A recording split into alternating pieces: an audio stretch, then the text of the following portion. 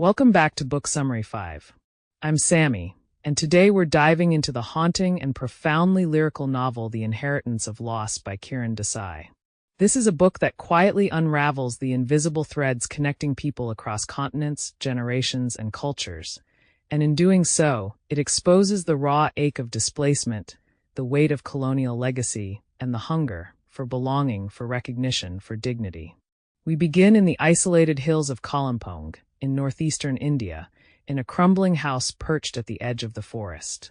Here lives Sai, a 16-year-old orphan being raised by her grandfather, a retired judge who once studied in England and now exists in a state of bitter withdrawal from the world around him. Their home is shared with a cook whose son, Biju, lives thousands of miles away in New York, scraping by as an undocumented immigrant in the shadows of America's glittering promise. Sai is intelligent, curious, and caught between worlds. She was raised in convent schools, speaks perfect English, and holds the manners and worldview of the West, yet she lives in a place soaked with the history and contradictions of post-colonial India. Her relationship with her grandfather is emotionally distant, almost sterile, and much of her life feels like a performance, fitting herself into the mold of an ideal English-educated Indian girl, even as she's unsure of who she really is beneath it all. Her days are quiet until she meets Gan, her Nepali math tutor. Their tentative friendship quickly blooms into romance, but as political unrest brews in the hills, especially with the rise of the Gorkha movement, seeking an independent state for Nepali-speaking people, their love becomes entangled in identity, betrayal, and revolution. What began as innocent affection slowly curdles into something more volatile, more ideological, and deeply painful. Meanwhile, far from the lush green of Kalimpong, Biju is living a very different kind of exile. In New York, he floats from one low-paying restaurant job to another, constantly on the move, constantly afraid. He is the invisible worker, the one who cooks your food but sleeps in basements, evades immigration officers, and longs for a life he was promised but never received. His father back home sees America as a land of opportunity and writes hopeful letters. But Biju's reality is one of exploitation, alienation, and gnawing loneliness.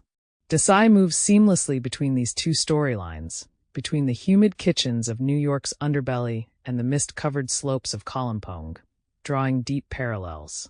Both Sai and Biju are caught in the currents of history and modernity, both shaped by the ghost of colonialism and the force of globalization. And both are, in their own ways, lost.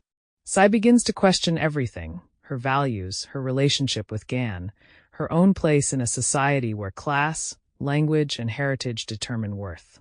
And as political tensions escalate, violence seeps into their lives. Rebels begin to appear on the judge's doorstep. The house is no longer a safe haven. Fear replaces routine. And her grandfather, once so proud of his English ways, is forced to confront the hollow legacy he's clung to, a life built on rejection of his own identity in favor of a colonizer's image. Biju, on the other hand, reaches a breaking point.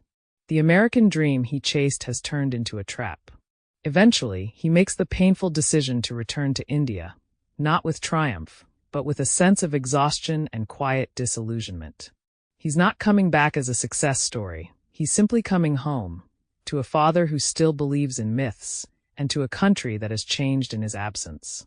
Desai doesn't tie everything up neatly. This novel resists easy answers. Sai doesn't find resolution in love or family. Biju doesn't find redemption in return. The judge, too, is left confronting a lifetime of moral compromise and emotional distance. But what Desai offers instead is something far more real. The slow, aching realization that identity is layered and fragile, and that loss of home, of certainty, of illusion, is an inheritance passed quietly from one generation to the next.